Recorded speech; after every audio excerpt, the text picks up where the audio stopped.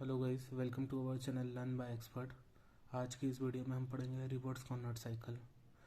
आगे बढ़ने से पहले इस वीडियो को लाइक कर देना एंड चैनल को सब्सक्राइब करना। तो चलिए शुरू करते हैं। तो जैसे कि आप देख सकते हैं, ये PV diagram and TS diagram मैंने आपको शो कर रखा है। इसके थ्रू मैं आपको इतना पार्ट समझा दूंगा। बाकी आप जो ये चार प्रोसेस है, isentropic expansion, thermal expansion, isentropic thermal compression वगैरह, जो भी प्रोसेस है चार, वो आप पढ़ सकते हैं। पूरी प्रोसेस विद डेरिवेशन मैंने आपको शो करा है। तो सबसे पहले मैं आपको समझा देता हूँ ये point on. In refrigeration system the Carnot cycle consider in the reverse Carnot cycle. जो रेफ्रिजरेशन सिस्टम है उसमें कार्नोट साइकिल नहीं यूज करते, रिवर्स मतलब कार्नोट साइकिल का उल्टा। We know that a heat energy working on a Carnot cycle has the highest possible efficiency। ये तो सभी को पता है, हीट इंजन कार्नोट साइकिल पे ही वर्क करता है। हाईएस्ट मतलब जो हाईएस्ट इफिशिएंसी चाहिए, तो इसकी रिवर्स कार्नोट साइकिल की हाईएस्ट इफिशिएंसी होती है 6। Reverse Carnot cycle using air as a working medium और refrigerant. Reverse Carnot cycle air use करता है, वर्किंग मीडियम भी बोल सकते हैं, या फिर आप उसे रेफ्रिजरेंट भी बोल सकते हैं रेफ्रिजरेशन की लैंग्वेज में। As shown in a PV and TS diagram. At point 1 let P1 V1 T1 P pressure temperature at phase 1। आपको दिख ही रहा होगा P1 T1 एंड ये जो सब P2 V2 जो टेम्परेचर वॉल्यूम वगैरह जो भी हैं टेम्परेचर। तो इसमें आप देख सकते हैं जो ये है, ये P3 है, P2 है, P4 है, P1 है, V3 V4 V2 V1। इधर T2 equals to T3 and T1 equals to T4 है। S4 equals to S3, S2 equals to S4। Because ये एक बॉक्स शेप में, इसके लिए दो जो लाइनें पास हो रही है वो सेम ही होगी, इसके लिए है। और ये यहाँ से आ रहा है, यहाँ से आ रहा है, यहाँ से अलग अलग पॉइंट पे से जा रही है। तो वॉल्यूम और प्रेशर अलग है, बाकी टेम्परेचर 2 का सेम है। जैसे 2 और 3 का सेम है तो 1 और 4 का सेम है। इधर एंट्रोपी भी 4 और 3 की सेम है, 1 और 2 की सेम है। तो चार प्रोसेसेस ये हो रही है। फर्स्ट हो रही है आइसेंट्रोपिक कंप्रेशन प्रोसेस, फर्स्ट पे आइसेंट्रोपिक कंप्रेशन, सेकंड पे आइसोथर्मल कंप्रेशन प्रोसेस, थर्ड पे isothermal expansion process, isentropic expansion process and fourth पे आइसोथर्मल एक्सपांशन प्रोसेस। तो ये मैंने आपको समझा दिया है, ये दो डायग्राम का, ये चार प्रोसेस आप इसे पढ़ सकते हैं। आइसेंट्रोपिक कंप्रेशन प्रोसेस क्या होती है, मैं वीडियो को आप पॉज कर सकते हैं। मैं वैसे इस पर आप गाना लगा दूंगा, आप जैसे कि आगे पढ़ सकते हो।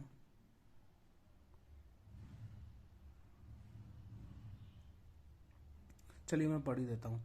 The air is compress isentropically as shown by the figure 1 and 2। Curve जो 1 एंड 2 है उसमें शो हो रहा है आपको पीवी एंड टीएस डायग्राम में। During this process the pressure of air increase.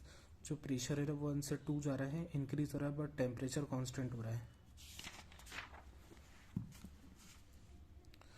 P1 to P2, जैसे कि मैंने आपको भी डायग्राम में बताया। स्पेसिफिक वॉल्यूम डिक्रीज है, वॉल्यूम डिक्रीज हो रहा है।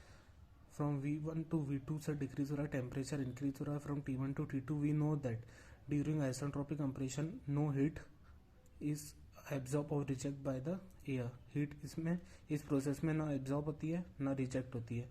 Isothermal compression process, the air is now compress isentropically, that is at a constant temperature T2 equals to T3 as shown in a figure curve 2 to 3 on PV and TS diagram. During this process the pressure of air increase from P2 to P3, specific volume decrease from V2 to V3। जो pressure है वो increase होगा, specific volume decrease हो रही है। We know that the heat reject by the air during thermal compression, isothermal compression per kg of air. QR equals to Q2 minus 3 equals to area 2 minus 3 dash minus 2 dash. और आपको तो पता ही है, जैसे T2 और T3 constant temperature पे हैं, तो ये दोनों सेम होगा। T3 की जो वैल्यू है वहाँ पर T2 भी रख सकते हैं अपन ना। अब देखते हैं isentropic expansion process. The air is now expanded isentropically as shown by the curve 3 to 4 on PV and TS diagram. The pressure of air decrease from P3 to P4, specific volume increase। इस case में pressure decrease हो रहा है, P3 से P4 के बीच में नीचे आ रहा है, जैसे कि आपने डायग्राम में देखा ही है। P3 से P4 के इसमें प्रेशर डिक्रीज हो रहा है, बस वॉल्यूम इंक्रीज हो रहा है इसमें। प्रेशर जैसे कि आप डायग्राम में आपको शो हो रहा है,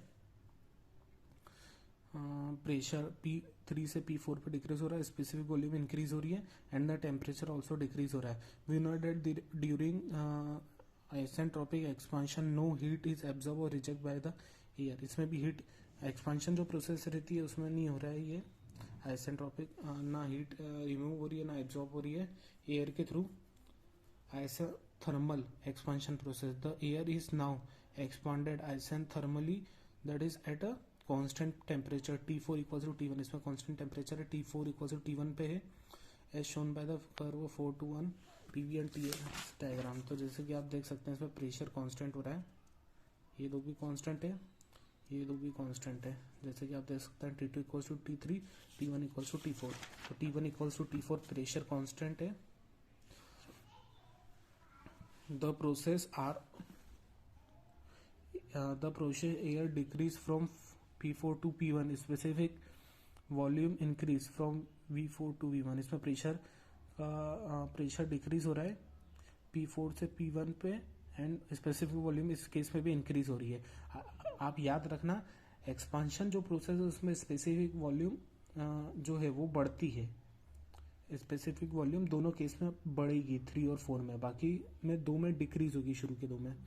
we know that the heat absorb by the air और heat extract from the cold body during isothermal expansion per kg of air QA equals to Q4 minus Q1. Area जो भी है of 4-1-2/3/ T4 S1 minus S4 T4 S2 minus S3 और T4 equals to T1 जैसे कि हम जानते हैं तो सब वो लिख दिया है. We know that work done during the cycle per kg of air WR, heat reject minus heat absorb कर लिया तो QR माइनस QA दोनों की वैल्यू पुट करी. आपको जो भी फॉर्म में चाहिए आप उसमें से कॉमन निकाल के कर सकते हैं. जैसे इसमें T2 minus T1 S2 minus S3 common है तो कर लिया. कोफिशिएंट ऑफ परफॉर्मेंस COP क्या आएगा, coefficient of performance of refrigeration system working on a reverse Carnot cycle is COPR, मतलब रिवर्स कार्नोट साइकिल का heat absorb upon work done QA minus QR minus QA दोनों की value रखी तो हमारा last में ये आया T1 upon T2 minus TR. तो ये है रिवर्स कार्नोट साइकिल के बारे में. उम्मीद करता हूँ आपको समझ में आया होगा.